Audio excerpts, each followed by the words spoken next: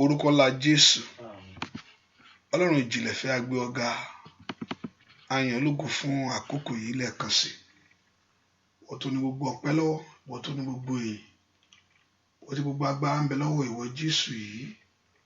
Wọ́n lágbéga fún orí ọ̀fẹ́ yìí àtàánú lórí ayé wa gbogbo, lórí ọmọ, lórí ilé, lórí ẹbí. Ẹni máa Ísírẹ́lì lórúkọ Jésù, Olúwa gbọpẹ́ wa.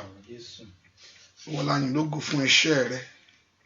Wọ́n la gbéga fún ògo rẹ wọ́ Ọlọ́run. Wọ́n la gbéga fún ẹwà ìwọ Jésù ní ọ̀nà wa gbogbo. Ẹni máa Ísírẹ́lì lórúkọ Jésù, Olúwa gbọpẹ́ wa. Olúwa gbà yín. Olúwa tọ̀ wá járe ọ. Olúwa atọ̀ wá járe ọ. Olúwa járe ọ. Ìwọ la fẹ́ rí inú ayé wa, ìwọ la fẹ́ rí inú ọ̀nà wa gbogbo. Ìwọ la fẹ́ rí lórí iṣẹ́. Ìwọ la fẹ́ rí ní lénìí. Ìwọ la fẹ́ kó o bú jáde kó o fògo rẹ hàn. Ẹni máa Ísírẹ́lì lórúkọ Jésù, Olúwa fara hàn. Lónìí Olúwa fara rẹ hàn. Lónìí Olúwa fara rẹ hàn. Lónìí ẹ̀mí máa bú jáde. Jẹ́ kí gbogbo ọkàn tó wá ọ kó rí ọ.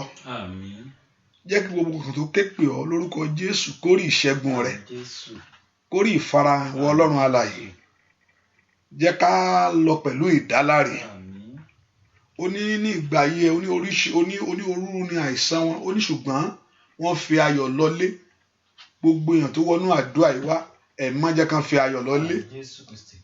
Jẹ́ kán fi ayọ̀ rẹ lórúkọ Jésù kó bá ayé wọn pàdé. A ó sì yàn ọ́ lógo bàbá. Orúkọ rẹ yóò sì ti gbéga láì lórúkọ Jésù Kristi Olúwa àti olùgbàlà wa. Àmín, àmín, àmín lórúkọ Jésù. Hallelujah. Àwọn Ọlọ́run fẹ́ kó dúpẹ́ lọ́wọ́ Ọlọ́run fún oore tó Jésù ṣe nínú ayé wa. I want you to thank Jesus for what he has done in your life. Mo fẹ́ ká yìn fún àǹfààní ńlá kan tá a rí gbà yìí. I want us to praise him for the great opportunity we have received from him. Fún ìwà láàyè èyí tó pa wá mọ́ lọ́wọ́ ibi gbogbo. For our being alive that kept us safe from all evil. Fún oore ọ̀fẹ́ ńlá tá a rí gbà sẹ́. For that great grace we have received from him. Fún àánú tó fi kó ayé wa yọ. For the mercy he bestowed upon us. Ọba tó bá bẹ̀rẹ̀ oṣù yìí. The one who started this month with us. Èyí tó máa mú wa parí ẹ̀ láyọ̀. Make us to end it in peace. Ọba tó bá wa bẹ̀rẹ̀ oṣù yìí. The one who made us to start this month. Èyí tí ó fún wa ní ìṣẹ́gun. That will give us victory. Ẹ ká dúpẹ́ lọ́wọ́ Ọlọ́run yìí. Let's thank this God. Olúwa ṣeun fún oore rẹ lórí ayé mi gbogbo. Thank you over my life. Olúwa ṣeun fún oore rẹ nínú ilé mi. Thank you over what you have done in my household. Olúwa ṣeun fún oore rẹ nínú ọ̀nà mi gbogbo. Thank you for your goodness in all my journey. Ó ṣe fún oore rẹ nínú ilé mi. Thank you for your goodness in my house. Ẹ ká bẹ̀rẹ̀ sí dúpẹ́ lọ́wọ́ Ọlọ́run yìí. Let's start thanking this God. Fún ẹni mọ Ísírẹ́lì. The Holy One of Israel. Fún alágbára ńlá, ọba tó pọ̀ nípa ti agbára. The powerful man that is mighty in power. Fẹ́ni tó pọ̀ nípa ti agbára The one who is yìí. mighty in power. Fẹ́ni tó pọ̀ nípa ti agbára The one who yìí. is mighty in power. Fẹ́ni tó ní gbogbo agbára lọ́wọ́ The yìí one o. who has all the power. Òun náà mo fẹ́ kó fi ọpẹ́ fún. You are the one I want you to give praise Òun náà to. mo fẹ́ kó fi ìyìn fún. You are the one I want to give praise Òun náà to. mo fẹ́ kó fi ògo I fún. want you to give glory to Mo him. fẹ́ kó dúpẹ́ lọ́wọ́ Ọlọ́run I want you yìí. to thank this God. Pé Jésù ṣe o. Jesus, thank you Fún oore rẹ ńlá lórí for ayé your mi. goodness over my life. Fún oore rẹ nínú ọ̀nà mi For your gbogbo. goodness over my journey. Fún oore rẹ nínú ilé mi. For your goodness in my house. Fún oore rẹ nínú ayé For àwọn your ọmọ mi. goodness over my children. Bẹ́ẹ̀ kó dúpẹ́ lọ́wọ́ I Ọlọ́run want you yìí. to thank this God. Dúpẹ́ lọ́wọ́ Jésù Thank yìí. you, Jesus. Jésù ṣe o. Jesus, thank you. Aláàánú mi ò mọ̀ ṣe é. Merciful one, thank you. Aláàánú mi ò mọ̀ ṣe é. Merciful one, thank you. Aláàánú mi ò mọ̀ ṣe é. Merciful one, thank you. Olóore ọ̀fẹ́. The one with great grace. Ó mọ̀ ṣe o. Thank you. Ìwọ tó pa mí mọ́ lọ́wọ́ ewu gbogbo. You that has been keeping Ìwọ me tó safe. kó mi yọ lọ́wọ́ ewu You gbogbo. that has been saving me from Ìwọ all tó evil. pa mí mọ́ lọ́wọ́ ewu gbogbo. You that keep me from all Ìwọ tó evil. dá mi sí lọ́wọ́ ewu gbogbo. You that made me to be Ìwọ alive. tó fún mi ní oore You ọ̀fẹ́. give me all this grace. Ìwọ tó jẹ́ kí n rí àánú rẹ The one gbà. that made me to receive Bẹ́ẹ̀ blessings kó from dúpẹ́ lọ́wọ́ you. Ọlọ́run I want yìí. to thank this God. Jésù ṣe o. Jesus, thank you. Jésù mo yọ̀. Jesus, I praise you. Jésù mo gbé Jesus, ọ̀gá. I exalt you. Jésù mo fi ọpẹ́ Jesus, fún I ọ. give you all the praise. Jésù mo fi ìyìn fún Jesus, ọ. I give you all the praise. Jésù mo fi ọpẹ́ Jesus, fún ọ. I give you all the praise. Dúpẹ́ lọ́wọ́ Ọlọ́run Thank yìí. this God. Bẹ́ẹ̀ kó gbé Ọlọ́run yìí I ga want sẹ́. to exalt this Mo fẹ́ kó God. yìn I ín. want you to praise him. Mo fẹ́ kó yìn I ín. want you to praise him. Mo fẹ́ kó yìn I ín. want you to praise him. Mo fẹ́ kó yìn I ín. want you to praise Mo him. fẹ́ kó gbé ga. Mo I fẹ́ want kó you to dúpẹ́ lọ́wọ́ exalt rẹ̀. him and give him the Bẹ́ẹ̀ ni máa glory. Ísírẹ́lì ò Like ṣe. the Holy One of Fún Israel, thank àǹfààní you ńlá tó for fún the mi. great opportunity Ìwọ given tí unto òjòjú me. ó tì mí. One that has not made me to be Ìwọ tí ò ashamed. jẹ́ kí ojú fojú tì mí. The one that has not made me to be ashamed. Ìwọ tí ò jẹ́ kí ipa ayé ká The mi. one that has not made people to overcome Dúpẹ́ me. lọ́wọ́ Ọlọ́run alààyè sẹ́. Thank you, living God. Ó ṣàánú rẹ. He bestowed mercy Ó upon ṣàánú you. ayé He rẹ. bestowed mercy upon Ọba your tó life. fún ọ ní ìrètí. The one who give you hope. Ó fún ọ ní ìrètí. Gives you hope. Ẹ̀mí ń bẹ, ìrètí wà. There is life, there is hope. Ẹni tó ti lọ ni kò sí ìrètí The mọ́. one who is there that does not have Bẹ́ẹ̀ ni ọ̀tá sì ń lépa èèyàn kó mú olú ẹ̀ kó olójú ọ̀nà. every time. Ṣùgbọ́n Ọlọ́run ni ò jẹ́. But God never allows. So fẹ́ kó o dúpẹ́ lọ́wọ́ Ọlọ́run So I want yìí. to praise this God. Fẹ́ kó o gbé ẹni tó pọ̀ nípa àti agbára gàgà. Mo fẹ́ kó o yin alágbára, mo fẹ́ kó o yin. Bó Olúwa o ṣeun. The Lord, thank Síbi you. tó bá ètò ayé mi For dé. where you have made me to be Síbi up tó sì now. mú ètò ayé The mi way you lọ. are taking me to. Torí pé o ní ìgbẹ̀yìn tó dáa Because fún you mi have o. a good hand for Ẹni me. máa Ísírẹ́lì ó máa ṣe. The Holy One of Israel, Ẹni máa thank you. Ísírẹ́lì mo yìn The Holy ọ́. One of Israel, I praise Ẹni máa you. Ísírẹ́lì mo gbé The ọ Holy ga. One of Israel, I exalt Ẹni máa you. Ísírẹ́lì mo fi The ọpẹ́ fún ọ. Holy One of Israel, Ẹni máa I give you Ísírẹ́lì mo praise. yìn ọ́. The Holy One of Israel, Mo I yìn ọ́ give you lórí praise. ọ̀nà mi I gbogbo. praise you in every Mo way. yìn ọ́ lórí ilé I mi. praise you over my Mo house. yìn ọ́ lórí ayé àwọn I ọmọ praise you mi. over my journey. Mo yìn ọ́ lórí iṣẹ́ mi. Over my Olùgbàlà ó máa ṣeun. Savior, thank you. Olùgbàlà ó máa ṣeun. Savior, thank you. Olùgbàlà ó máa ṣeun. Savior, thank you. Olùgbàlà mo yìn ọ́. Savior, I exalt Mo you. fi ọpẹ́ fún ọ. I give you praise. Mo fi ìyìn I fún ọ. give you praise and Fún ètò thanksgiving rẹ. for your plan Lórí ayé in my mi. life. Fún ètò For rẹ. your plan Lórí ayé ọmọ over my mi. children. Fún ètò rẹ. For your plan Lórí ilé mi. over my house. Olúwa ó máa ṣeun. Lord, thank you. Olúwa ó ṣeun. Lord, thank Ta you. ni ó dúgbé ga o bí kò ṣe Bàbá lókè? Ta ni ó tún fi gbogbo ọpẹ́ fún? Ó Ọlọ́run tó dá wa lókè ìgbàanì. Ẹ̀yin ni mo fi ọpẹ́ ẹ̀mí fún. Ọlọ́run tó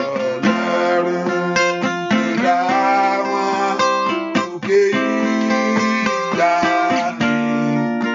Ẹ̀yin ni mo fi ọpẹ́ ẹ̀mí fún. Ọlọ́run àwọn òkè ìgbàanì. Ẹ̀yin ni fi ọpẹ́ ẹ̀mí fún. Ta ni ó tún gbé ga o bí kò ṣe Bàbá lókè? Ta ni ó tún fi gbogbo ọpẹ́ mi fún? Ọlọ́run dá wa lókè ìgbàanì. Ẹ̀yin ni mo fi ọpẹ́ ẹ̀mí fún.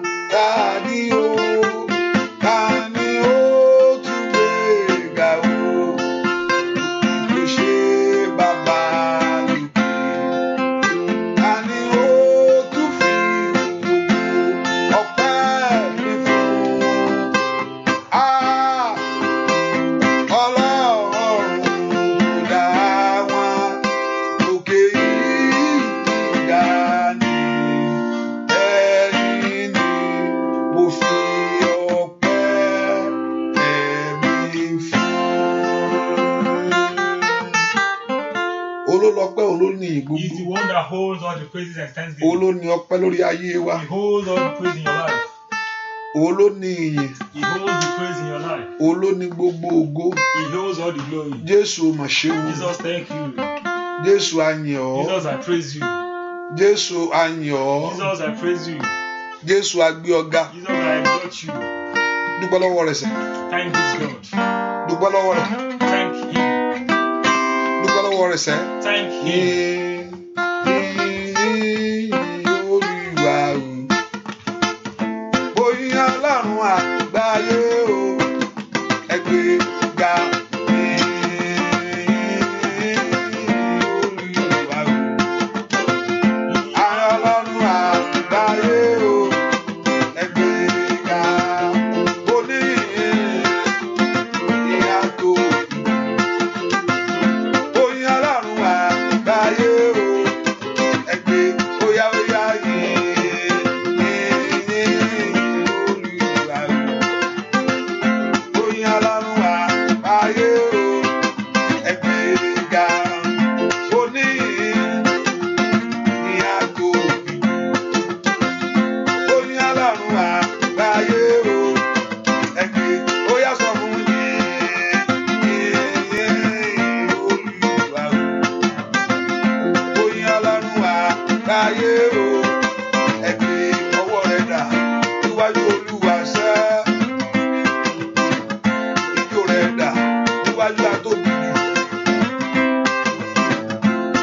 tó ṣàánú ayé rẹ̀ ò rí. Adóòtẹ̀ ni o, bàbá mi àgbà. Ògbénu ọmọ ènìyàn kan wo Olódùmarè. Àkọ́dá ayé Ọlọ́run òde. Ìbẹ̀rẹ̀ ohun gbogbo. Jésù, ohun gbogbo. Alágbára gíga o bàbá mi.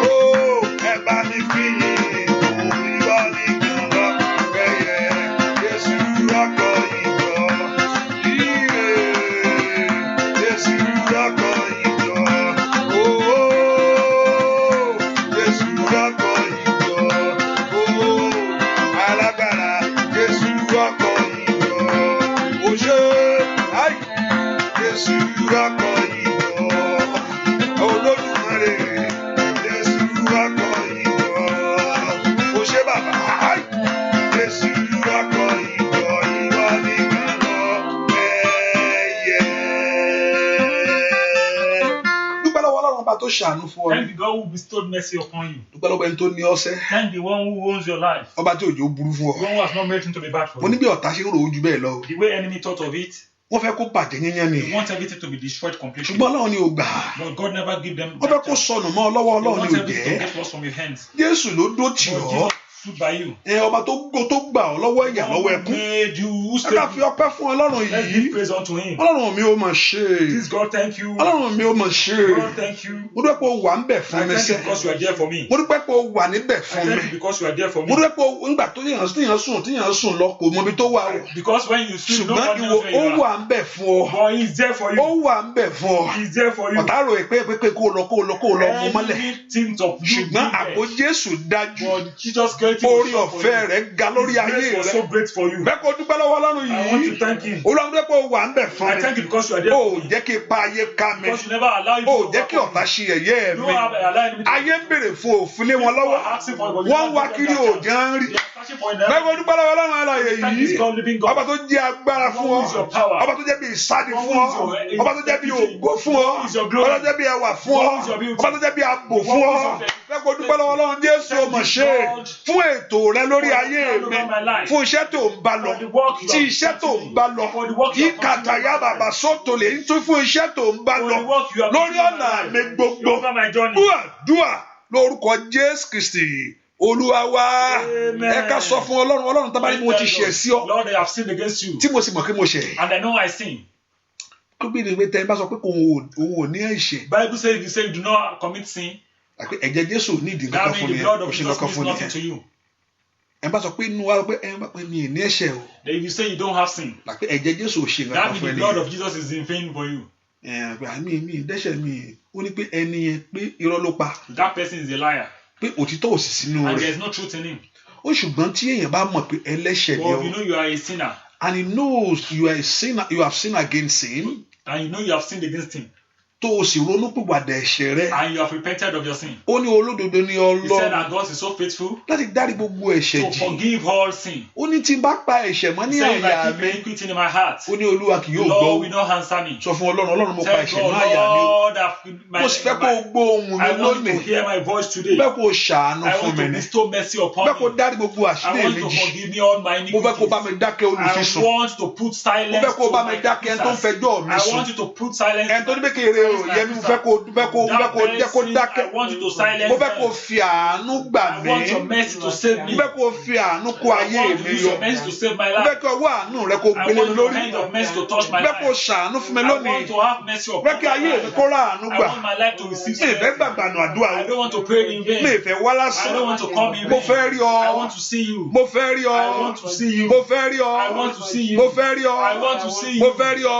I want to see Gbogbo you. àbàwọ́n ayé mi. All the blemish of my Gbogbo life. jẹ̀gẹ̀jẹ̀gẹ̀ ayé All the mi. blemish dead in my Tí ò ní life. jẹ́ kí n rí That ìwọ. won't make me to see you. Olúwa dáríjì. Father, forgive. Ẹ̀jẹ̀ Jésù wẹ̀ mí Blood mọ́. of Jesus wipe me out. Ẹ̀jẹ̀ Jésù wẹ̀ mí mọ́. Blood of Jesus wash me Wẹ̀ out. ayé mi láwẹ̀ mọ́. Wash my life. Wẹ̀ ilé mi ní àwẹ̀ mọ́. Wash my house. Wẹ̀ ọkàn mi ní àwẹ̀ mọ́. Wash my body. Wọnú ọkàn mi Come wá. into my life. Wọnú ayé mi Come wá. into my life. Wá fayé mi ṣe bùgbé. Make my life to Wá be a gbàkóso blessing. ayé mi. Take control of Mú my mi life. borí ẹran ara. Let me overcome Mú mi flesh. borí ẹ̀ṣẹ̀. Let me overcome Olúwa. sin. Lord. Mú mi borí ẹran ara. Let me overcome Olúwa flesh. mú mi borí ẹ̀ṣẹ̀. Let me overcome sin. Olúwa mú mi borí ẹran Let me ara. overcome flesh. Olúwa mú mi borí Let me ẹ̀ṣẹ̀. overcome sin. Olúwa mú mi borí ẹran ara. overcome flesh. Olúwa mú mi borí Let me ẹ̀ṣẹ̀. overcome sin. Jẹ́ ọ̀kan àyà tuntun sí ọkàn Renew mi. my heart. Ọkàn mi kò fẹ́ ọ. Let my heart love Ọkàn sin. mi kò fẹ́ ọ. Let my heart love Ọkàn sin. mi kò fẹ́ ọ. Let my heart love Ọkàn mi sin. kò wá ọ. Let my heart Ní search for you. gbogbo ọ̀nà. In every way. Ní orúkọ In the name Jésù. of Jesus. Ní gbogbo ọ̀nà. every way. Gbọ́ àdúrà lórúkọ Jésù Kristi. Olúwa wa. Amen. Èdè ni 30 àbí? Today is 30. Fún 29. So 29. ẹ wá yàn 29. Pastor 29. Ẹ wá yàn 29 fún ránṣẹ́ sí. Oya. Your blessing is increasing. Ló bẹ̀rẹ̀ láti 39 people and share this ó thing. bẹ̀rẹ̀ láti ẹnì kìíní kejì mẹ́ta pápápá wo péjì rẹ kò jù ránṣẹ́. Do that ẹ jẹ́ ká ṣe o. Ẹ ká porúkọ Jésù Olúwa jẹ́ rí ọ. Let's tell God, Lord, let me see you. Olúwa jẹ́ rí ọmọ wá Let láàárọ̀ me see yìí. you. I've come to see you. Níbi àìní mi tó mọ̀, Where I am in need, èmi ò mọ̀. I don't know it. Ṣùgbọ́n ọwọ́ kan wà. But there is a hand. Ọwọ́ kan wà. There is an hand. ọwọ́ kan wà There is a hand ètò lè ṣàánú fún ọ. that can bestow mercy upon me. Jésù jẹ́ kánú mi kó ṣe ọ́ bàbá mi. Olúwa o, wá ṣohun ayọ̀ fún mi. Gbà óyá jẹ́ kánú mi kó ṣe ọ́. Olúwa, wá ṣohun ayọ̀ fún mi. Bàbá, oníjẹ́ kánú mi kó ṣe ọ́ o. Lórí ọmọ gbogbo, wá ṣohun ayọ̀ fún mi. Gbà óyá jẹ́ kánú mi kó ṣe ọ́. Olúwa, wá ṣohun ayọ̀ fún mi. Bàbá, oníjẹ́ kánú mi kó ṣe ọ́ o. Ẹlẹ́dàá mi o, wá ṣohun ayọ̀ fún mi. Gbà óyá ṣàánú ayé mi. Jẹ́ kánú mi kó ṣe ọ́. Ìyà yìí pọ̀ jù. Olúwa, wá ṣohun ayọ̀ fún mi. Óyá, Ọlọ́run kó ṣàánú ayé rẹ mọ̀ bí o. Ní gbogbo ọ̀nà rẹ gbogbo, lórí ilé rẹ o, lórí ọmọ, lórí iṣẹ́, lórí ọ̀nà rẹ. Óyá, lónìí kọ́ Ọlọ́run kó yanjú rẹ̀. Oníjẹ́ kánú mi kó ṣe ọ́. Ẹni tó dá mi, óyá bàbá, wá ṣohun ayọ̀ fún mi. Olódùmarè bàbá, jẹ́ kánú mi kó ṣe ọ́. Olúwa, wá ṣohun ayọ̀ fún mi. Bàbá, ṣàánú mi o bàbá, ṣàánú mi o.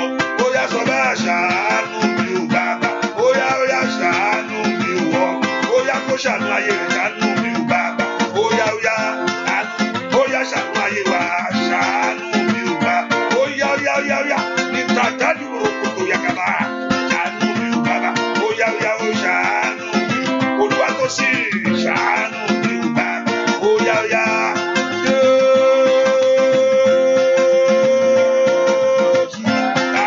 sọ fún kó ṣàánú ayé rẹ̀ ní ṣàánú mi o bàbá. Lórí ọmọ gbogbo, ó bá bèrè fún àánú ní ṣàánú mi o bàbá. Jésù, óyá ṣàánú ayé mi gbogbo ọ̀nà. Ayé mi ó dọ̀wọ́ rẹ. Ayé àwọn èèyàn yìí kó rà àánú gbà. Ṣàánú wa o bàbá. Ṣàánú wa. Óyá sọ fún Jésù. Ṣàánú mi o. Óyá ṣàánú mi. Ṣàánú mi o bàbá. Ṣàánú mi o ọmọ. Óyá sọ fún ṣàánú mi o bàbá. Ṣàánú mi o. Óyá ṣàánú ayé mi. Kàtà yálìgbà kó sóto ní bá kúrò abákáyé lọ́bàkáyà. Lẹ́pẹ́ lóko sọ́ńdọ̀ ní alákàyè máa ṣí ilé wọn kò yẹ lọ. Lórúkọ Jésù, Ọlọ́run bẹ̀ sí ṣàánú ayé àwọn èèyàn yìí. Lè pèdé kàdóní máa kó kúragaya. Gbogbo ètí pè fún àánú Ọlọ́run alààyè. Óyá bójú wo ọ̀rọ̀ ayé wọn lọ́wọ́lọ́wọ́ yìí o. Jésù, ṣàánú mi o bàbá. Ṣàánú, óyá ṣàánú ayé mi o. Óyá ṣàánú ayé àwọn èèyàn yìí. Yìí nànànà máa kó kúragaya. Óyá ṣàánú lé wọn lórí gbogbo ọ̀nà, lórí ẹbí, lórí ọ̀nà gbogbo. Óyá sọ fún Jésù. Àmàkọ́ni Màsáìlà, Ọlọ́run kó ṣàánú ayé rẹ ní. Ó gbúdọ̀ jìyàwó, ó gbúdọ̀ bẹ́ kú bẹ́ẹ̀. Óyá lórúkọ Jésù, gbogbo ìyàtọ̀ Ọlọ́run kó gbọ́ dànù. Ìdí àmà bàánú mi ò bá lórí ọmọ, lórí ọkọ. Óyá lórí ìwé ìgbé. Óyá o. Jésù, óyá ṣe o. Ṣàánú ayé àwọn èèyàn yìí. Óyá ṣàánú mi o bàbá. Bá mi gbọ̀nyà yìí nù. Óyá ṣàánú mi o bàbá. Wọ́n dòdò ó ti gbé. Má jẹ́ ká yẹyọ ya àwọn èèyàn yìí sẹ́. Ṣàánú wa o bàbá. Ṣàánú mi o. Ọmọ ẹ porúkọ Jésù. Olúwa ṣàánú fún mi. Have mercy upon me. Mo ní ẹlòmíì ti báyà rẹ̀ kú bẹ́ẹ̀. Some people have died with their problems. Ẹlòmíì bá ìṣòro rẹ̀ kú bẹ́ẹ̀. Some people die with their problems. Orúkọ Jésù mú jẹ́ tèmi rí bẹ́ẹ̀. For the name of Jesus, don't let me die with my problems. Aláàánú ni o. You are a merciful God. Aláàánú ni ìwọ You are Ọlọ́run. a merciful God.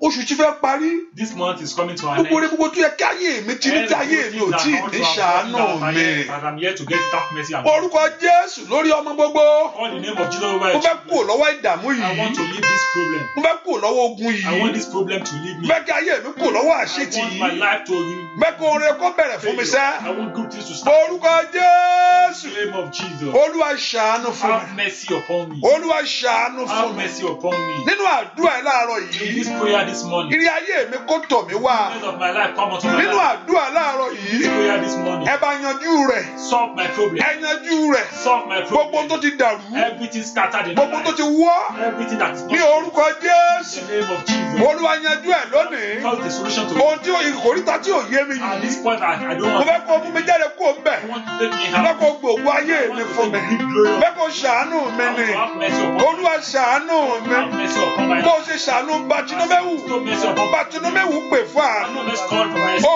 ṣàánú fún. Stop mercy Ó upon me. gbọ́ ohun ẹkún rẹ̀ sẹ́. Ó mú ìbànújẹ́ ayé rẹ̀ kú. Problem in the room of Ẹ my pe life. orúkọ Jésù. Jesus. Olúwa ṣàánú mi. Ìlì ànànà màmàmàmà. Ìlì màkóso tó lè kẹlẹ́bọ̀. Ìkẹlẹ́ màkàsàgàbà. Ẹ pe orúkọ Jésù ṣàánú. Dúà. Orúkọ Jésù Kristi. Olúwa wa. Amen. Agbára ńlá kan wà. Agbára tó ń dógun dúró. Agbára ńlá kan wà. Bàbá gbé wò mí o bàbá. Agbára ńlá kan wà. Agbára tó ń dógun dúró. Agbára ńlá kan wà. Bàbá gbé wò mí o bàbá. Agbára ńlá kan wà o. Agbára tó ń dógun dúró ṣẹ́ o. Agbára ńlá kan wà o. Bàbá gbé wò mí o bàbá. Láàárọ̀ yìí agbára ńlá kan wà. Agbára tó ń dógun dúró.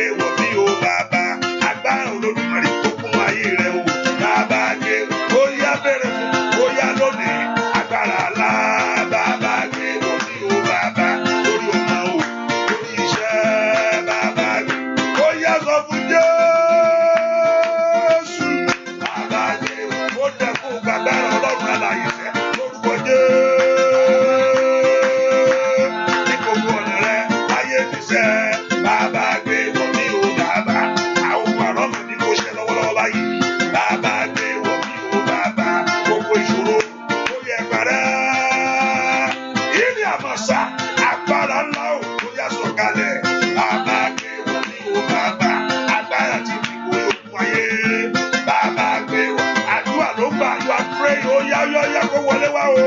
Bàbá gbé wọ̀ mí o bàbá. Agbára Olódùmarè tí mo béèrè fún. Bàbá gbé wọ̀ mí o bàbá. Lórí ọmọ wò, lórí ọkọ. Bàbá gbé wọ̀ mí o bàbá. Ó yá pé jẹ́. Agbára Olódùmarè kó wọlé wá. Bàbá gbé wọ̀ mí. Jésù. Bàbá gbé wọ̀. Ó yá agbára mi rẹ̀ mi ò ń bẹ̀ lórí bàbá mi sẹ́. Bàbá gbé wọ̀. Ó yá kí gbogbo ìṣòro kó sálọ lọ́wọ́lọ́wọ́. Bàbá gbé agbára ńlá. Bàbá gbé wọ̀ mí o bàbá. Agbára tó lókun tó dẹ́ṣẹ̀ tó. Bàbá gbé wọ̀ mí o bàbá. Agbára Jésù mi, agbára Olódùmarè. Bàbá gbé àdúrà ló gbà. Ó yá kó wọlé wá lọ́wọ́lọ́wọ́ báyìí. Bàbá gbé wọ̀ mí o bàbá. Agbára Olódùmarè kó wọlé wá. Bàbá gbé wọ̀ mí o bàbá. Ó màkọ́dà màkàdì màsídà bàkàdà bàkàbà. Moroba kuto moroba kaidi bakusoto le makuyaba. Le kurele ketele bakusoto le bakaya. Le mano bakusoto le bakataka baga. Mano bakuturele ketele beleba. La prege le ketele beleba. Orúkọ Jésù. Marina koto li bakuse ketele bakusoto ba. Makoto li bakuroba kabakasara. Makata li basuto li bakataba. Orúkọ Jésù. Àgbà Olódùmarè kó sọ̀kalẹ̀ nínú ayé àwọn èèyàn lọ́wọ́ báyìí gbogbo gbogbo parẹ́ o. Orúkọ Jésù gbogbo ìjà yẹn. Orúkọ Jésù gbogbo lọ́wọ́ báyìí. Orúkọ Jésù gbogbo agbára orúkọ Jésù ti dààmú ayé àwọn èèyàn lọ́wọ́ lọ́wọ́. Orúkọ Jésù every power that drop their life let it begin to fall right now in the name of Jesus. Gbogbo àgbà tí yọ ṣẹ́ wọn lẹ́nu tí yọ ọ̀nà wọn lẹ́nu tí yọ ayé ọmọ lẹ́nu. Orúkọ Jésù kò tẹ̀lé ìbàdàn lọ́wọ́ báyìí. Orúkọ Jésù gbogbo àgbà àfìyàjà ayé ẹni lórúkọ Jésù. Ẹgbẹ́ ọ̀rọ̀ Olúwa ó yẹ wọlé.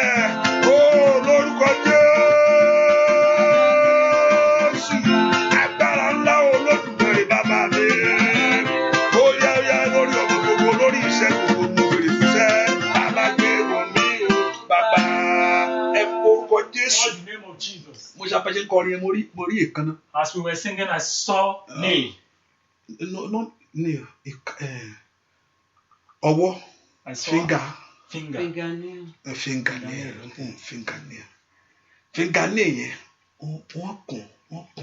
It's been colored. Ọwọ́ yẹn mo rí pé ọwọ́ yẹn náà fi hàn mí. And I can see that. Wọ́n lórí finger bẹ́ẹ̀ pé yẹn kùn red kẹlẹ́ máa kùn sọ́wọ́ polish.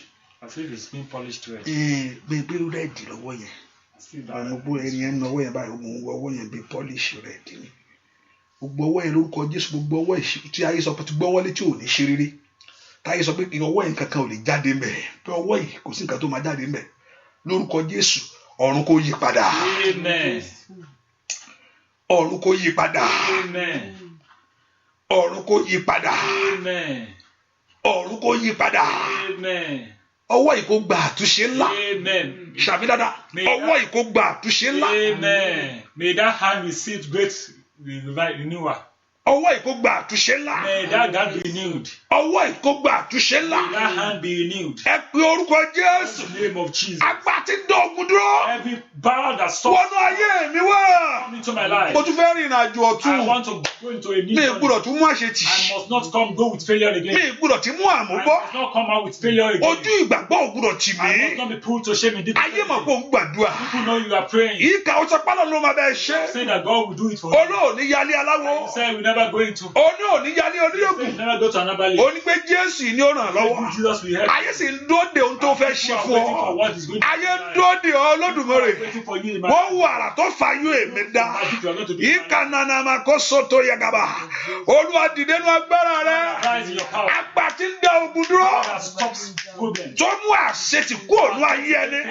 Ètò mú ayé ẹni dìde fún rere. That makes one's life. Ètò mú ayé ẹni dàgbà fún ohun ọ̀tún. Makes our life once to Olúwa gbé wọ̀ mí lónìí. Ogun ayé mi kò parẹ́. The problem of my life. Ogun ayé mi kò parẹ́. The problem of my life. Abala ńlá ni kò gbàdúrà. Orúkọ Jésù. Orúkọ Jésù. Father, empower my life today. Let the power of God rest on me. Every battle of failure, every battle of backwardness, every battle of disappointment, lack, and shame, let it be over in my life. Agbatinja ye melogun, agbatinja ona melogun, agbato jẹ́ kí ìṣeré jìnnà, agbato fẹ́ kí more dání. Ní orúkọ Jésù, Olúwa bá agbára náà jẹ́. Ẹ sọ agbára ìdí asán, ẹ yí agbára ìdánù, ẹ bá agbára ìjẹ́. Destroy this power of God in my life. Destroy this power of God. Dúà lórúkọ Jésù Kristi. Olúwa wa, ẹ gbọ́ orúkọ Jésù. Olúwa gba ayé mi lọ́wọ́ amúnisìn. Father, take my life from slavery. Olúwa mú ayé mi kúrò lọ́wọ́ amúnisìn. Take my life away from slavery. From my tax master, Father, deliver my life. Olúwa mú ayé mi lọ́wọ́ amúnisìn. Take away my life from my tax master. Ẹni tó mú ayé rẹ sìn. You are someone who is making your life. Ẹni tó mú iṣẹ́ rẹ sìn. Someone who is making your life. Ìwọ ló ń ṣiṣẹ́ ṣùgbọ́n ò rí nǹkan kan jẹ ńbẹ̀. But you never hit anything from it. Ó wà lórílẹ̀-èdè kankan ò jáde. You are in a country but nothing is Ó wà nílé ọkọ ò gbádùn ẹ̀. husband, you don't Oṣù ní kí ogun yẹn parẹ́ o. this problem comes Lẹ́ni ní kí ogun yẹn wọlẹ̀ ní ayé mi. Torí mo gbé tọ̀wá alágbára wá. All that have come to you, the power. Torí pé alágbára ni ọ́. Because you are a powerful man. Torí pé mo pé alágbára ni ọ́. Because I know you are a powerful man. Lórúkọ Jésù. In the name of Jesus. Olúwa gbà mí lọ́wọ́ ogun Save me amúnisìn. from this problem. Olúwa gbà mí lọ́wọ́ ogun amúnisìn. Save me from this Olúwa gbà mí lọ́wọ́ agbára amúnisìn. Save me from this power. Lórúkọ Jésù. In the name Gbogbo ẹni tó mú ìrìn àjò mi sìn. everyone that is making Gbogbo ẹni tó mú ayé mi sìn. everyone that is Ẹ making fi orúkọ Jésù. call the name Ẹni máa ń Ísírẹ́lì. the only one of Olúwa gbà mí save me lọ́wọ́ amúnisìn. from tax master. Lọ́wọ́ amúnisìn. Ẹni tó mú ayé mi The one who sìn. is making my Ẹni life. tó mú ọ̀nà mi sìn. The one who is making my Ẹni tó mú ayé ọmọ mi sìn. The one who is Olúwa making gbà my mí. Olúwa gbà mí lọ́wọ́ agbára tó di ayé mi mọ́lẹ̀. Lọ́wọ́ ipá tó mú ayé mi dání. Ní orúkọ Jésù. Lọ́wọ́ gbogbo ẹ̀mí kẹ́mi. Lọ́wọ́ agbára kágbára. Lọ́wọ́ ìmọ̀kímọ̀. Olúwa gbà mí lọ́wọ́ ogun mi. Ask the Lord to deliver you.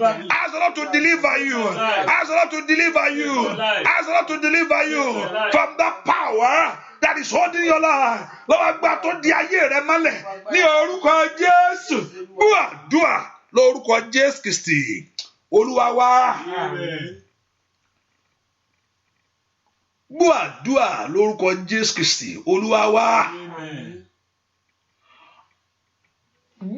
Dúà lórúkọ Jésù Kristi. Olúwa wa. Ìwọ tó ti ṣe àkíyàn mo fẹ́ kó ṣe à. Can you share it? Olúwa bá ọ wí o, Sátánì.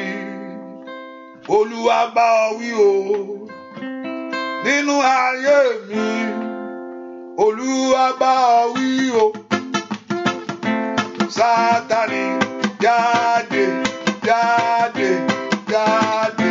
Olúwa bá ọ wí sẹ́. Olúwa bá ọ wí o, Sátánì. Olúwa bá ọ wí o, ó nínú ayé mi.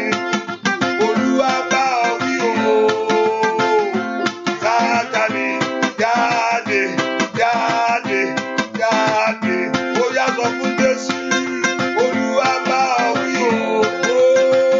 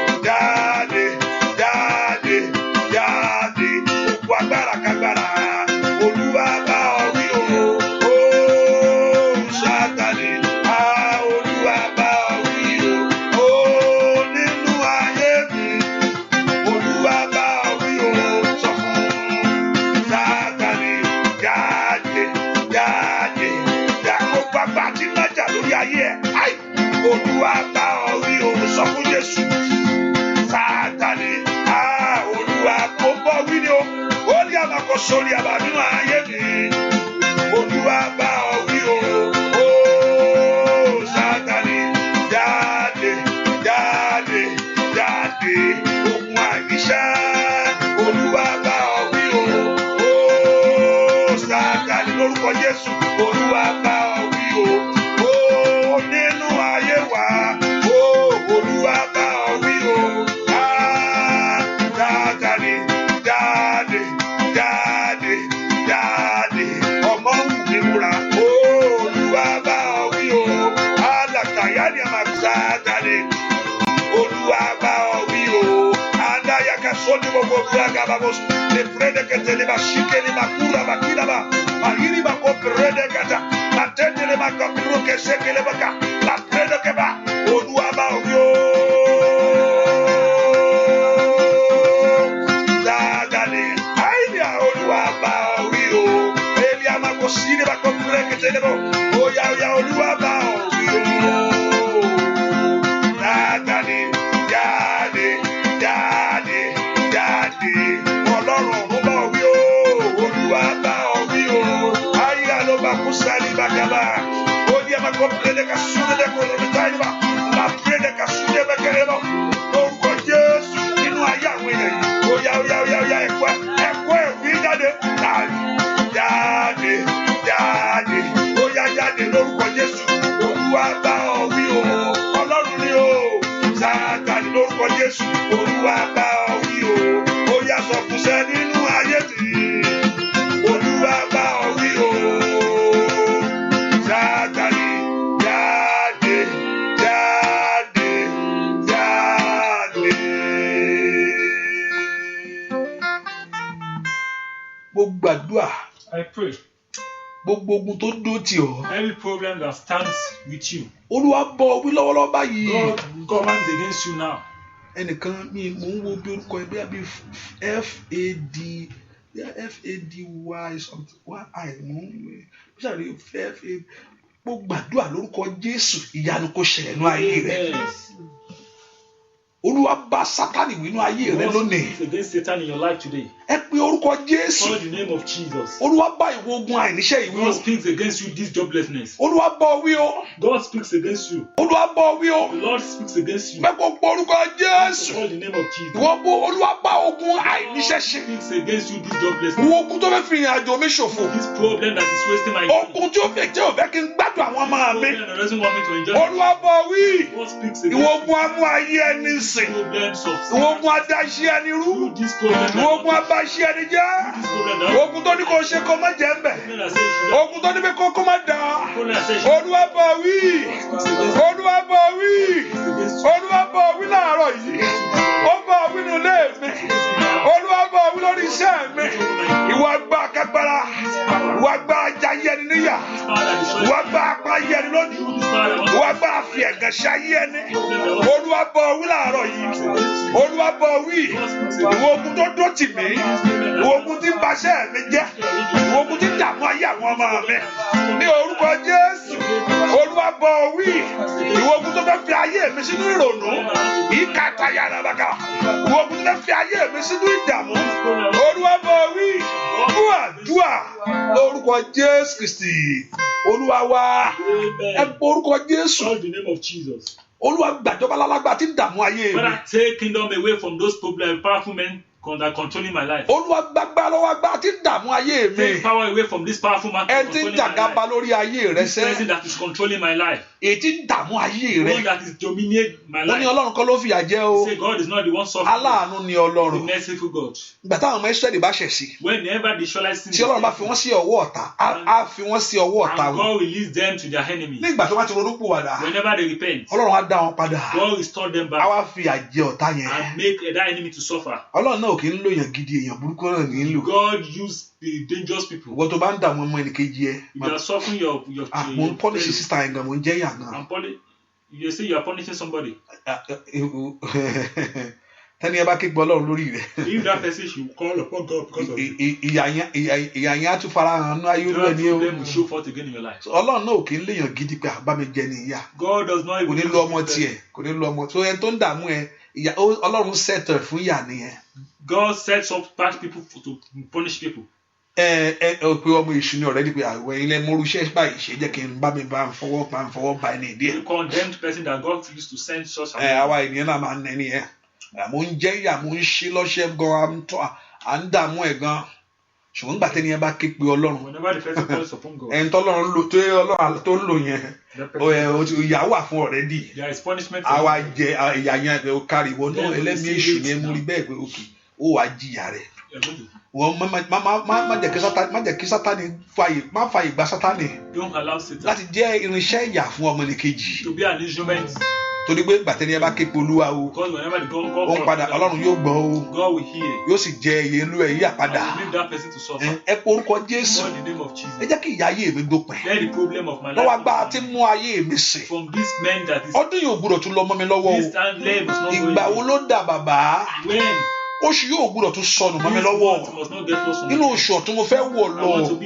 mo fẹ́ wọnú June lọ bàbá ẹ jẹ́ kó san mí sí ire láyé ẹgbẹ̀tọ́ mi fún mi ire ayé mi ò gbúdọ̀ bàjẹ́ gbogbo tí mo ṣe láyé kò gbúdọ̀ dànù sẹ́ ojú ò gbúdọ̀ tì mí arágbá ò gbúdọ̀ ṣògo lórí ayé mi o arágbá ò gbúdọ̀ ṣògo lórí ayé àwọn ọmọ mi arágbá ò gbúdọ̀ ṣògo lórí ìrìn àjò mi gbogbo agbá dáyé ẹni dúró gbogbo agbá fi ayé ẹni sójú kan gbogbo agbá gbé ayé ẹni ṣépè ní orúkọ Jésù Olúwa dá agbára náà dúró Olúwa bà gbogbo agbára òkùnkùn jẹ́ Olúwa bà gbogbo agbára òkùnkùn jẹ́ Olúwa yí gbogbo agbára òkùnkùn dànù Olúwa bà gbogbo òkùnkùn jẹ́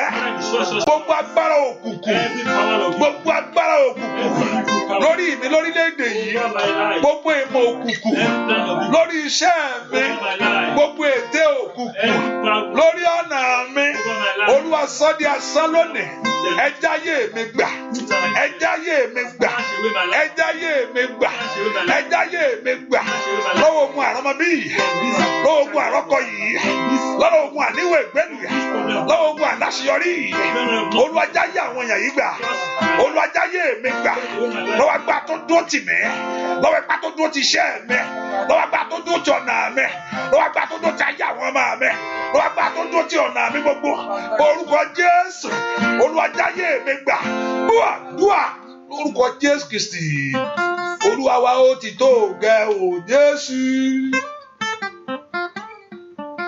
ó ti tó gẹ́ o Jésù jẹ́ kí o kún èṣù ayé mi kó parẹ́ ó ti tó gẹ́ o Jésù ó ti tó gẹ́ ó ti tó gẹ́ o Jésù enough is enough ó ti tó gẹ́ o Jésù jẹ́ kí o kún èṣù ayé mi kó parẹ́ ó ti tó gẹ́ o Jésù.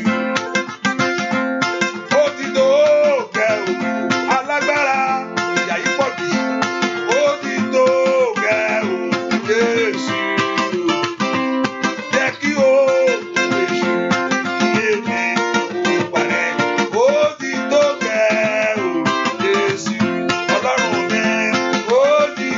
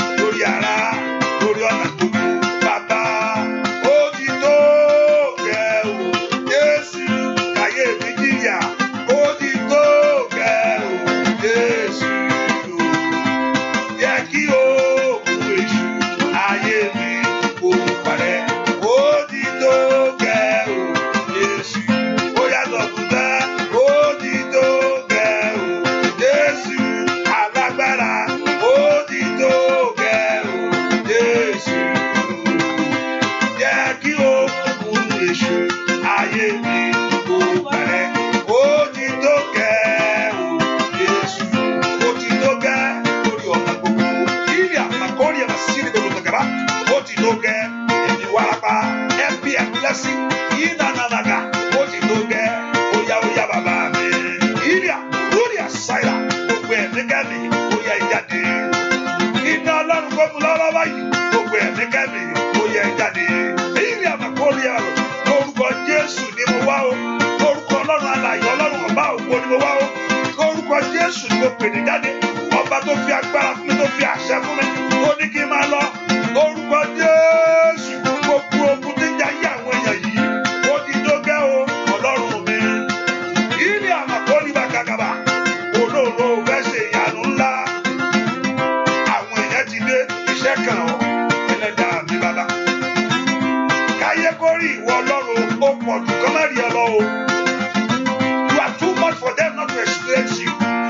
Ó pọ̀ jù Jésù ayé fẹ́ rí ọ óyá óyá èrè tí ògo rẹ̀ o. Ayé rẹ̀ tí ògo rẹ̀ o. Èmi náà fẹ́ rí ògo rẹ̀ o. Olúwa jáde óyá óyá èrè tí ògo rẹ̀ o. Sọ fún Jésù. Ayé rẹ̀ tí ògo rẹ̀ o. Ẹlẹ́dàá mi. Ayé rẹ̀ tí ògo rẹ̀ o. Óyá óyá Olúwa o. Jáde. Ayé rẹ̀ tí ògo rẹ̀ o. Ẹbí rẹ̀ tí ògo rẹ̀ o. Wọ́n ló ń gbàdúrà. Ayé rẹ̀ tí ògo rẹ̀ o. Jésù Olúwa jáde. Óyá óyá o. Ayé rẹ̀ tí ògo rẹ̀ o. Aya na na na na na na ma ko so to ni ma kura ka. Ni prede ke to ni ma kura. Ayé rẹ̀ tí ògo rẹ̀ o. Óyá óyá Olúwa o. Jésù arán ní iṣẹ́. Ó ti tó ogun àìríṣẹ́ ṣe ti tó bàbá mi. Gbogbo èèyàn tó wọnú àdúrà ìwà lọ fẹ́ rí ọ. Ilé àmàkà báyàbá arúgbó ọjọ́ ní gbogbo ìgbà ní bàbá mi. Kò pọ̀ jù pé ká má rí ọ̀sẹ̀. Ilé àmàkà kó kúrò dàgàbà. Kò pọ̀ jù pé kò má fi ìyanu hàn lónìí. Ayọ̀ ànànà Ọlọ́run ìyanu ó yá kú jáde. Ayé rẹ̀ tí ògo rẹ̀ o. Ẹbí rẹ̀ tí ògo rẹ̀ o. Ayé rẹ̀ tí ògo rẹ̀ o. Jésù Olúwa o. Jáde. Óyá óyá èrè tí ògo rẹ̀ o. Ó ti tó gẹ́. Ayé rẹ̀ tí ògo rẹ̀ o. Èmi náà fẹ́ rí ògo rẹ̀ o. Olúwa jáde. Óyá óyá Olúwa o. Jáde. Óyá óyá Olúwa. Olúwa jáde. Óyá óyá Olúwa. Óyá sọ fún Jésù let it manifest. Olúwa o. Jáde lónìí. Olúwa jáde. Olúwa óyá fagbára rẹ̀ hàn mí sá. Olúwa jáde. Gbàdúrà. Olúwa jáde. Bàbá Olúwa jáde. Ẹnìkan mo gbàdúrà mo sọ̀rọ̀ àṣẹ sí ayé Pray ẹ for lọ́wọ́. someone. Gbogbo irinṣẹ́ rẹ tí ayé gbẹ́sẹ̀ lé. Every of your instrument that people are Mo stepping sọ̀rọ̀ on. àṣẹ jáde I ní speak a word of authority. sínú ayé ẹnìkan lọ́wọ́lọ́wọ́ For báyìí someone here. kó sì rí bẹ́ẹ̀ lójú ẹsẹ̀. And may it be so in Jesus' name. Gbogbo irinṣẹ́ rẹ tí ayé gbẹ́sẹ̀ lé. Every one of your job that people have Gbogbo stepped on. irinṣẹ́ rẹ tí ayé gbẹ́sẹ̀ lé. All your instrument that people have stepped on. Gbogbo irinṣẹ́ rẹ tí ọ̀tá gbẹ́sẹ̀ All lé. your instrument that the enemy has Nínú ayé rẹ lórúkọ gbogbo ọwọ́ náà kó gbẹ sọnù. right now. Gbogbo ọwọ́ náà kó gbẹ sọnù. Amen. Gbogbo ọwọ́ náà kó gbẹ sọnù. Amen. Ọwọ́ àtàkókò lórí iṣẹ́. Amen. Ọwọ́ àtàkókò nú ayé rẹ. Amen. Ọwọ́ àtàkókò lórí iṣẹ́. Amen. Gbogbo ẹ̀mí kẹ́mi ẹ̀ kó jáde kúrò lórí iṣẹ́. Ní orúkọ Jésù kó jáde kúrò lórí iṣẹ́. Kó jáde kúrò lórí iṣẹ́ rẹ. Gbogbo ẹ̀mí kẹ́mi kó jáde kò lórí iṣẹ́ rẹ kò gba agbára ọ̀tun iṣẹ́ rẹ kò gba agbára ọ̀tun kò gba ògo ọ̀tun kò gba ìlérí ọ̀tun ní orúkọ Jésù ogun yẹn pòórá ẹ bí orúkọ Jésù gbogbo ènìyàn. Call the name of Jesus, everyone. Olúwa fi oore tí mò ń wá lé mi lọ́wọ́. Give me that good thing I'm looking for. Ó nígbà tí n bá ti ké pè ọ́. He said, whenever I call upon you. Ó ní pé Olúwa yóò gbọ́. He said, God will hear. Ó ní nǹkan ká sì ṣẹlẹ̀. And something new will happen. Ó ní ọ̀tá mi ó pẹ̀yìn dà. My enemy will turn back. Gbogbo ọ̀tá tí tẹ̀lé mi kiri ẹgbẹ́ Every Olúwa. enemy follow me, hear the word of Ẹ ti bá mi wájú Olódùmarè báyìí o. brought me down to the. Ó dán kẹ́ wọlé ni. It's the must for you to be swallowed. Wo ogun àìrọ́mọ bí ti bá mi wájú Olódùmarè báyìí o. Problem of childhood have come to Ó ti bá mi wájú Olódùmarè báyìí o. come to an end point now. Ìwọ ogun àríwé ìgbélu ti bá mi wájú Olódùmarè báyìí o. Ní orúkọ Jésù. Ó yẹ ẹ̀pẹ̀ ìdànù ayé mi. Ẹ̀pẹ̀ ìdànù ayé mi. Ẹ̀pẹ̀ ìdànù ayé àwọn ọmọ mi. Mo fẹ́ kó bẹ̀rẹ̀ sí sọ pẹ̀lú ìgbàgbọ́ pé ogun yẹn ti bá ẹ wájú Olódùmarè. Ó dá kí ogun náà kó wọlẹ̀. Ó dá kí ogun náà kó wọlẹ̀. Ó dá kí Ọlọ́run kó gbé ogun náà ṣẹlẹ̀. Ogun yẹn ò gbúdọ̀ dààmú ẹ mọ́. Àìsàn yẹn ò gbúdọ̀ dààmú ẹ mọ́. Àìrọ́mọbí yẹn ò gbúdọ̀ dààmú ẹ mọ́. Àìríṣẹ́ṣe yẹn ò gbúdọ̀ dààmú ẹ mọ́. Àìníwèé gbẹ́nu yẹn ò gbúdọ̀ dààmú ẹ mọ́. O ò gbúdọ̀ yọnu lórí ọmọ mọ́. O ò gbúdọ̀ sunkún lórí ọmọ mọ́. Ojú ò gbúdọ̀ tì ọ́ lórí ọmọ mọ́. Ogun yẹn ti bá ọ níwájú Olódùmarè. Magoli makapa sata, ikadona makasoto yebo. Let the fire of the Lord begin to consume every battle right now. Let the fire of the Lord begin to devour every battle right now. In the name of Jesus, that every struggle of your life, that every shame of your life be over in the name of Jesus. That every disappointment of your life be over in the name of Jesus. Ní orúkọ Jésù, gbogbo lẹ̀kùn náà kó bẹ̀ sí ṣí sílẹ̀, kó bẹ̀ sí ṣí sílẹ̀, kó bẹ̀ sí ṣí sílẹ̀. Let the doors begin to open. Let the doors begin to open in the name of Jesus. Gbogbo lẹ̀kùn ìdẹ́ni ṣí lórúkọ Jésù. Ìkàlà máa kó sọ́tò yàrá. Lẹ́mbrada galaba kó sọ́tò. Lẹ́mbrada galaba. Lẹ́mbrada galaba. Máyà ni mo kó gbúdàdàgà. Ìyanu rẹ kò fara. Olúwa ti ń bẹ bí ẹ̀mí rẹ ti wà gbọ́ ọ̀rọ̀ Olúwa lónìí wà gbé ọmọjó láyé. Gbọ́n tí mo sọ, àṣẹ Ọlọ́run ni bí Olúwa ti ń bẹ bí ẹ̀mí ẹ ti wà ọ̀rọ̀ yà àsọtẹ́lẹ̀ ni fún ọ. Lórúkọ Jésù wàá rí ọmọ gbẹ́jọ́. Mo sọ àrùn àsọtẹ́lẹ̀ sí ayé ẹ lónìí. I speak this word of prophecy to your life. Pé wàá rí ọmọ gbẹ́jọ́. Carry your own child. Wàá gbé ọmọ dání wàá rí gbẹ́jọ́. Carry your own child. Ọmọ tiẹ̀ wàá rí gbẹ́jọ́. Your own child will Bí carry. Olúwa ti bẹ bí ẹ̀mí ẹ̀ ti wà. Ilé àkúṣe tẹ́lẹ̀ bá. Ọmọ bíbí inú rẹ̀ farahàn fún ọ. Ṣàmì dáadáa. Ó lè máa kú dàgàdàbà kú sọ́tò lè mẹ̀kẹ́ tẹ̀lé mọ́. Ṣàflẹ́ndẹ̀lẹ́bọ̀ kò pín kàtáyà. Monone makudebo ko piri keteleboti. Nígbà tí ọ̀rọ̀ yẹn jáde sí Mary, le prando si ketelebo kaba. Ó dàbí bí kò ṣeé ṣe ni. Mekili makuta kaba. Ó ní ìbéèrè nìkáyà ṣùgbọ́n Olúwa ní pé kó gbẹ́kẹ̀lé o. Pé ẹ̀mí Ọlọ́run yóò ṣíji bò ó. Agbára ọ̀gá ògo yóò sì balẹ̀. Ìpàrọ̀bà kàtàkàbà. Today, Nimakate Kelebo, Sodobokotia, the word of the Lord has been released upon your life. Iketelebo Kapaya. Every delay, every disappointment has been swallowed in the name of Jesus. Gbogbo agbára tó ń di ọlọ́wọ́ àtijọ́ yẹn. Gbogbo ipa tó ń jà ọ́ lólè ní orúkọ Jésù ọ̀run gbé sẹ́lẹ̀ lónìí. Ọ̀run gbé sẹ́lẹ̀ lónìí. Ọ̀run gbé sẹ́lẹ̀ lónìí. Ọ̀run gbé sẹ́lẹ̀ lónìí. O kú ònú ìyà. Ayé rẹ kú lọ́wọ́ àmúbọ̀. O kú lọ́wọ́ ìtìjú. O kú lọ́wọ́ ẹ̀gà. Iṣẹ́ rẹ ò ní dàrú. Mo gbàdúrà gbogbo alágbà tó ní kó rí wàhálà lẹ́nu iṣẹ́. Ní kábàbọ̀ sọ̀tò ní màkàbà kò ṣe ìdìbò kò tàríà. Mo pàṣẹ ní orúkọ Jésù gbogbo ète yẹn àti àbá yẹn ní orúkọ Jésù ó di asán lónìí. Ṣàmì dáadáa gbogbo ète yẹn àti àbá yẹn ní orúkọ Jésù ó di asán lónìí. Ó di asán lónìí. Ó di asán lónìí. Ó di asán lónìí. Ó di asán lónìí. Ó di asán lónìí. Gbogbo ẹni tó ní kó máa ṣe pé kó máa rí nǹkan kan mú. Gbogbo ẹni tó ní kó máa dààmú níkà láti dìde. Pé àti dìde rẹ kó nira fún ọ. Pé láti dìde àwọn ọmọ rẹ lórúkọ Jésù kó nira. Gbogbo ohun yẹn, gbogbo ipá yẹn, gbogbo agbára yẹn lórí ayé yín lónìí. ó di asán, ó di asán, ó di asán, ó di asán, ó di asán, ó di asán. Ohun òkùnkùn ó bàjẹ́ lórí ayé rẹ̀. Ohun òkùnkùn ó bàjẹ́ lórí ayé rẹ̀.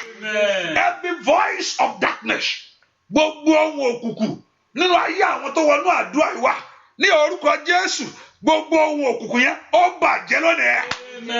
Gbogbo agbára ní lára, gbogbo agbára pọ́n lójú, gbogbo agbára fìyàjà yé ẹni ní orúkọ Jésù, gbogbo ipa sọ ní dẹ́lá mọ̀ ṣe, gbogbo ẹni tó ní kìtì ẹ̀ yàtọ̀ káwọn ẹ̀bẹ̀ ní ìka ìlì àkàsàdóyà kò nòmòkó pìrìkìtì. Mo gbàdúrà gbogbo ipa yẹn lórúkọ Jésù kò di asán lónìí. Arise and begin to see the glory of God. Arise and begin to shine. Arise and begin to see the manifestation of the Arise and begin to see the glory of the Lord. Arise and begin to see the blessing of the Lord. Arise and begin to see the favor of the Lord in your life, in your home. Oh, ní ṣe kó má jẹ́ ń bẹ̀. Gbogbo bí tó ti ṣiṣẹ́ sí láyé, gbogbo tó ti dààmú pé láti rí èrè. Ní orúkọ Bẹ́ẹ̀kà tún ní Èbèkèṣẹ́dì, mò wọ́n ní Makọ́ Fìlàkù Síríà. Gbogbo tó ti gbìn tó ń retí èso. Ní Parúbà tí kele bòkòtìyà, lè síndìlẹ̀ bòkòbà yìí. Alágbá tó dó tì ọ́ ní orúkọ Jésù. Bẹ́ẹ̀ kò ní jẹ́ ń bẹ̀, bẹ́ẹ̀ ò ní rí ṣe, bẹ́ẹ̀ kò ní dàgbà. Irú alágbá náà ní orúkọ Jésù. Mo ní kí Ọlọ́run kó tálàfà lójijì. Mo ní kí Ọlọ́run kó tálàfà lójijì. Gbogbo èèyàn kàtí abẹ lọ́wọ́ ẹ̀. Ètò dìde mọ́ iṣẹ́ rẹ̀. Ètò dìde mọ́ ayé wa. Gbogbo àwọn tó kóra jọ. Ètò tó bèrè fún ní yẹ̀yẹ́. Ó ní àmàkádà bàkàsàdà. Bẹ́ẹ̀ kó má ṣe é ṣe. Gbogbo alágbára tí a kó tó kóra wọn jọ. Gbogbo àwọn ètè ẹni òkùnkùn. Ètò bèrè fún yẹ̀yẹ́ rẹ̀. Ní orúkọ Jésù. Ẹ̀gàn rẹ̀ lónìí. Ó di ògo. Ika mama soda gadaba ọ̀nà àbájáde lọ́wọ́ ogun yẹn ní orúkọ Jésù ọ̀là mẹ́sàdàdà ní orúkọ Jésù ọ̀nà òkè ndímájọ́ Ọlọ́run tó lànà lórí òkun pípa màtọ́lì màkà pàṣádà òkun pípa ó di ìyàngbẹ́lẹ̀ torí pé Ọlọ́run rẹ̀ bẹ̀ kọjá ìkàtà nígbà kó sẹ̀tẹ̀lẹ̀ bọ̀ òkun pípa ó fi ọ̀nà lẹ̀ torí pé Olúwa ń bọ̀ ìkàtàkàtàkà aṣáájú ogun èèyàn láyé.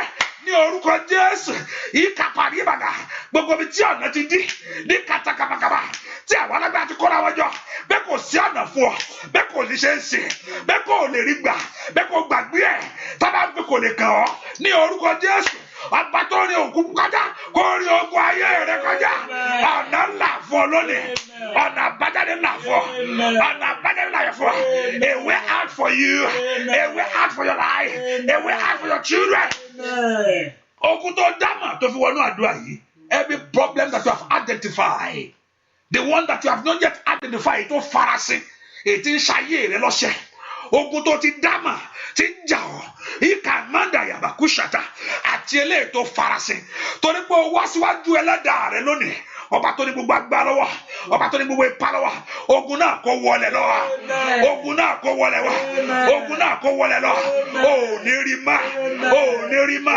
Iná Olúwa jó, iná Olúwa jó, iná Olúwa jó, iná Olúwa jó, iná Olúwa jó, iná Olúwa jó, iná Olúwa jó, iná Olúwa jó, iná Olúwa jó, iná Olúwa gbé ogun náà mì, iná Olúwa gbé ogun náà mì.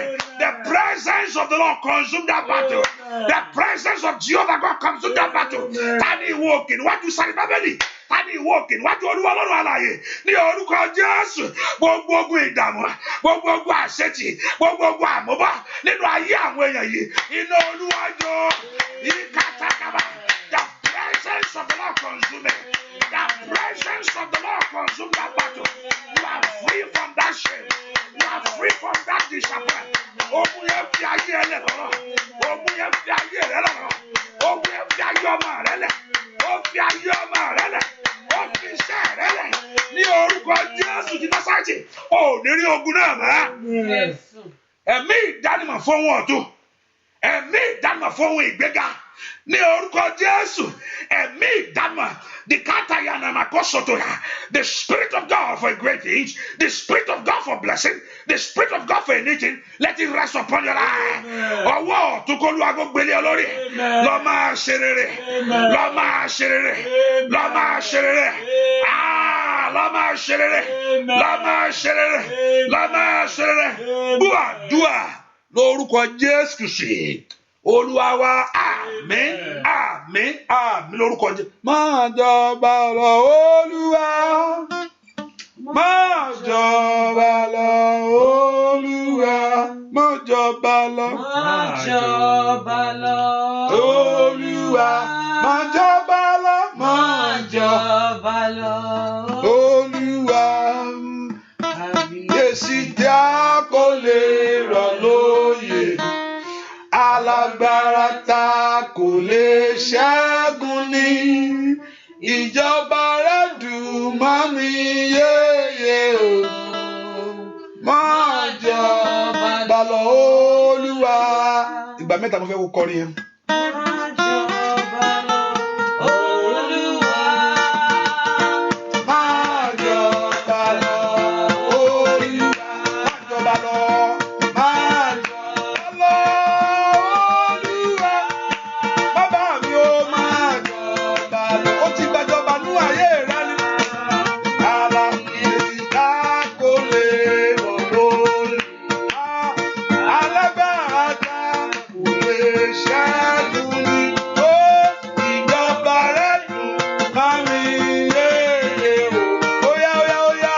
Máa jọba lọ Olúwa. Máa jọba lọ o. Máa jọba lọ Olúwa. Alágbára o. Máa jọba lọ Olúwa. Óyá, óyá o. Máa jọba lọ Olúwa. Jésù. Máa jọ. Ayé mo ṣàjàyà Olúwa. Óyá, óyá. Kábíyèsí tá kò lè rọ̀ lóyè. Óyá o.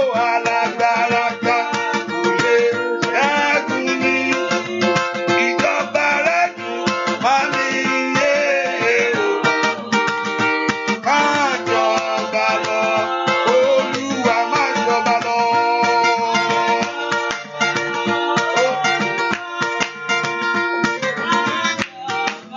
Olúwa. Olúwa o. Máa jọba lọ Olúwa. Ó kábíyèsí tá kò lè rọ̀ lóyè. Alágbára tá kò lè ṣẹ́gun ní. Ìjọba rẹ̀ dùn mọ́ mi yéye o.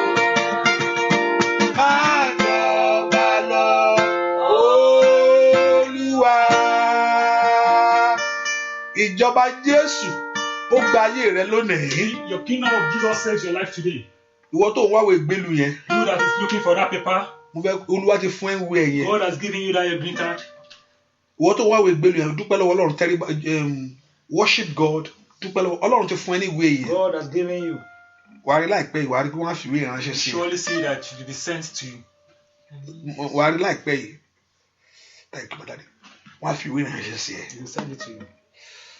Wọ́n á fi ìwé yẹn, wọ́n á fi ránṣẹ́ sí ẹ láìpẹ́ He will yìí. send it to you. Gbogbo àìsàn ní àgọ́ ara yóò parẹ́ pápátá. Amen. Orí ọ̀fẹ́ Ọlọ́run yóò sì dájú fún ọ. Amen. Ìwọ gbogbo ọwọ́ ìka ènìyàn kò ní ọ̀nà rẹ̀. Amen. Gbogbo ohun tó ń tọ́ka sí nínú ayé rẹ lónìí dópin. Amen. Orí àánú gbà níwájú òun Olúwa. Ayé rẹ rí àánú gbà níwájú òun Olúwa. Gbogbo èèyàn tí ayé ti yí ayé ẹ padà tó dàbí ewúrẹ́ tí ń ké. Olúwa yí ayé rẹ padà lónìí. Amen. Gbogbo èèyàn tí ayé ti yí ayé rẹ padà tó dàbí ewúrẹ́ tí ń pariwo. Olúwa yí ayé rẹ padà lónìí. Ohun ọ̀tún wọlé tọ̀ wá o. Ògo farahàn nínú ayé rẹ sẹ́. Ìlérí ọ̀rọ̀ rẹ̀ yóò ṣẹ mọ́ ọ lára. Ìlérí ọ̀rọ̀ rẹ̀ yóò ṣẹ mọ́ ọ lára. Ìlérí ọ̀rọ̀ rẹ̀ yóò ṣẹ mọ́ ayé rẹ lára. Ilé rẹ ò ní dàrú. Ilé rẹ ò ní dàrú. Oúnjẹ tó ń jẹ kò ní kan mọ́ ọ lẹ́nu. Bẹ́ẹ̀ ni kò ní kan. Ilé rẹ ò ní dàrú. Orí ọ̀fẹ́ dájú o. Jésù ṣé o. Jésù ṣé o. Dúpẹ́ fún ìyanu tó fún ọ. Jésù ṣé o. Jésù ṣe o. Jésù ṣe o. Give it praise. Give that praise to him. You are worthy of my praise.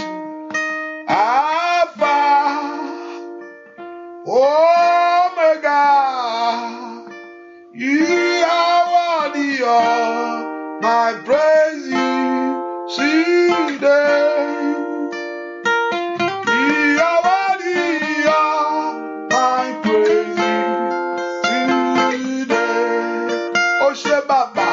Alpha, Omega, you are the beginning.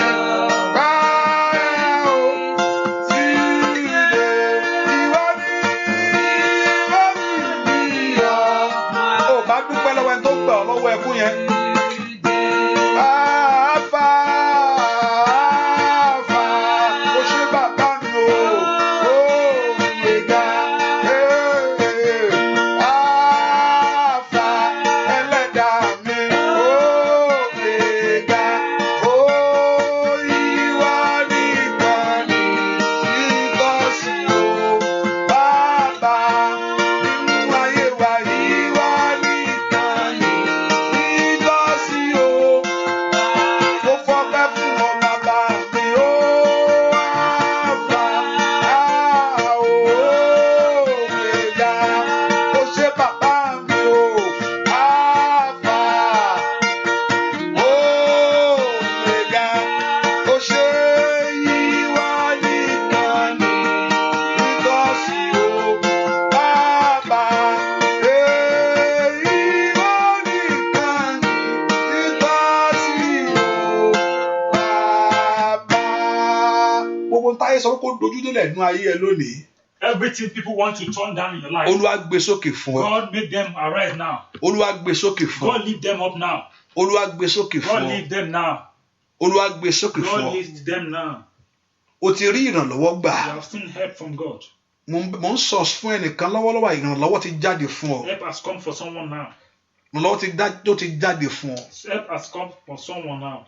Níbi mo rí ibi ìdájọ́ ayé rẹ rí àánú gbà. From sword, your life receive From mercy. every judgment, mercy has been released over the case. Amen. Idà ni mò ń wò yìí. I can see sword. Níbi ìdájọ́ orí àánú gbà. In judgment, you receive mercy. Orí àánú gbà ń bẹ̀. Amen. Àánú tọ ayé ẹ wá o. Amen. Ohun tẹ wí níwájú Olúwa ó yóò di mímọ̀ fún yín. Amen. Ó yẹ lọ gbari gbogbo èèyàn tó wọnú àdúrà ìwá ní orúkọ Jésù.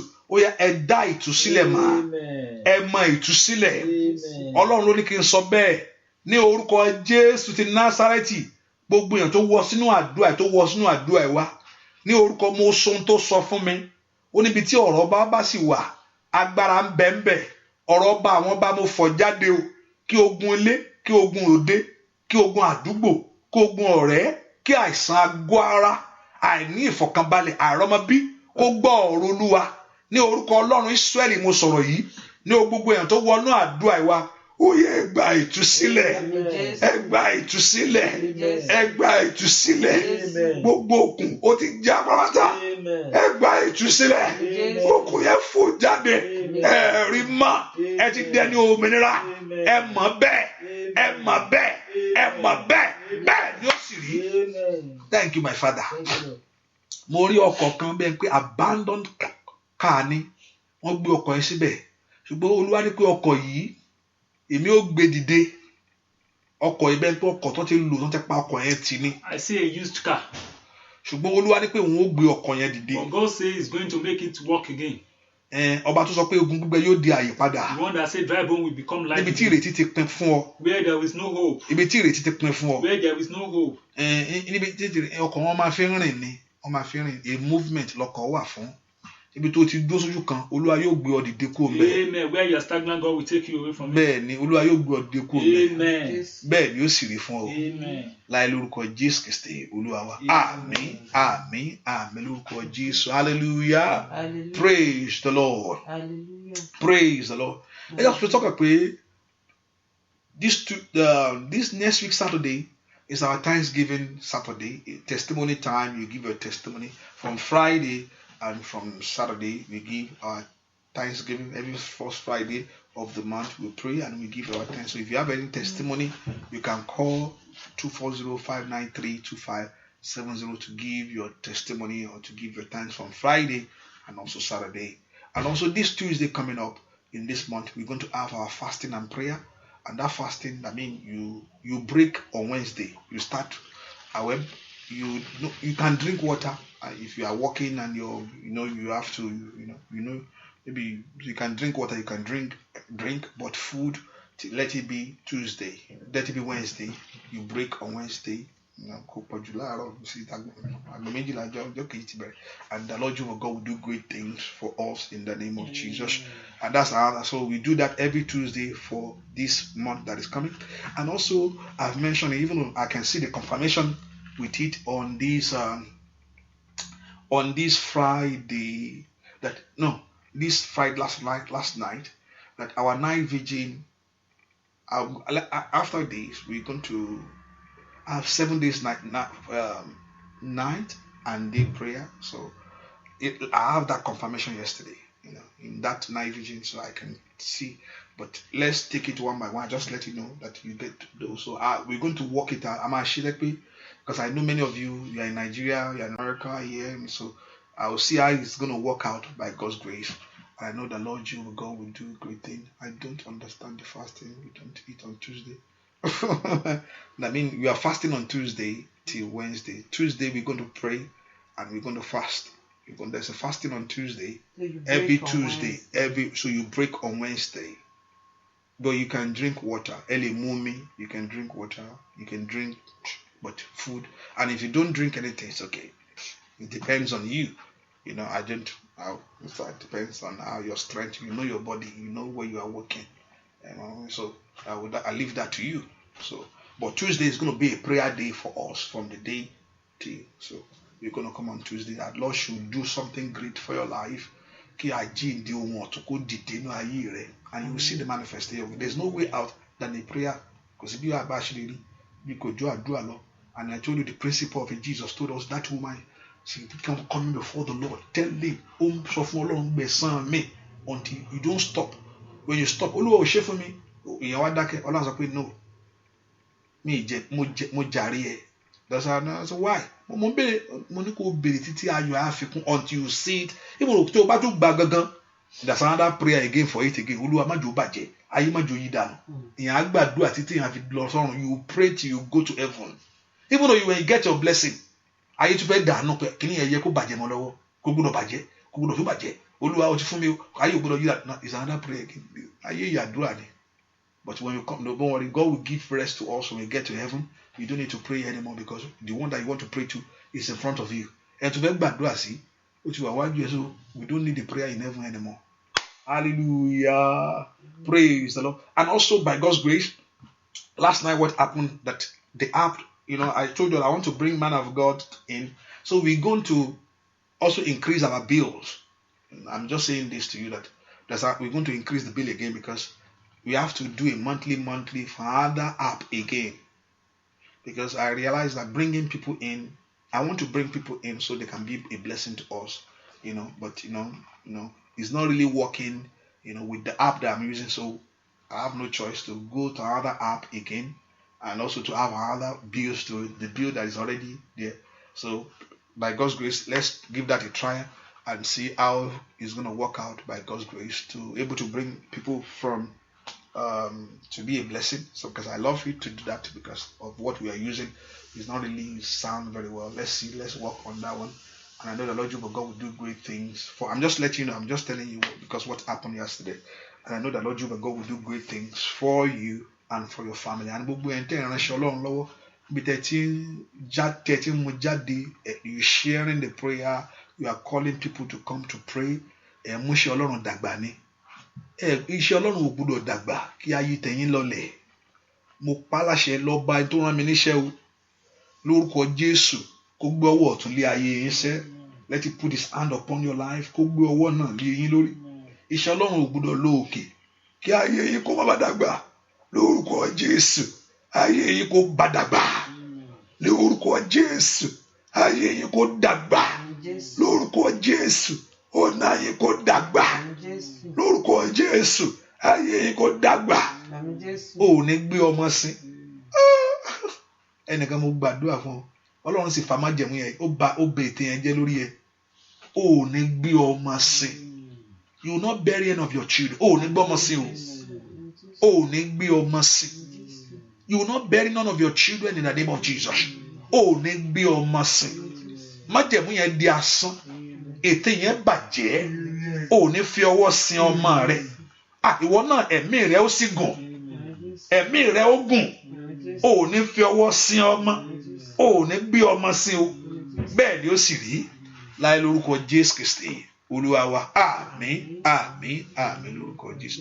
Thank you for being here. God bless you everyone. God bless you. Oore ọ̀fẹ́ Jésù Olúwa wa, ìfẹ́ mọ́ ti Ọlọ́run. Kó Olúwa kó yọ omi ẹ sí mọ́. Agbára àjíǹde kó wọnú omi ẹ lọ.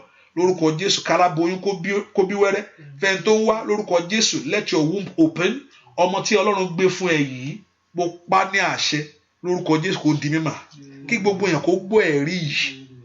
Ọmọ tí Ọlọ́run gbé lé ọ lọ́wọ́ yìí tó gbèjó láìpẹ́ yìí kó di mímọ́. Kí gbogbo èèyàn kó gbọ́ ẹ̀rí yìí. Èní ní 29 oṣù yìí, oṣù karùn-ún. Ọmọ tí Ọlọ́run gbé fún ẹ yìí lórúkọ Jésù ó di mímọ́. Ẹni tó sọ pé kò ní mímọ́ ni yóò lọ sí o. Lò ní rí mọ́ o. Ọmọ ẹ di mímọ́ fún ẹ. Àdí Jésù lọ́wọ́. Wọ́n bí ọmọ ìwà bí. Wàá bí gbogbo èèyàn á sì gbọ́ pé ó bímọ. Bẹ́ẹ̀ ni ó sì rí Jésù Olúwa wa. Àmín, àmín, àmín lórúkọ Jésù. Hallelujah. Hallelujah. Thank you for being here. God bless you. Bye bye. See you. Bye bye. See you tomorrow night. Is it tomorrow night? Tomorrow on Monday morning by 12:30 a.m. God bless you. Bye bye.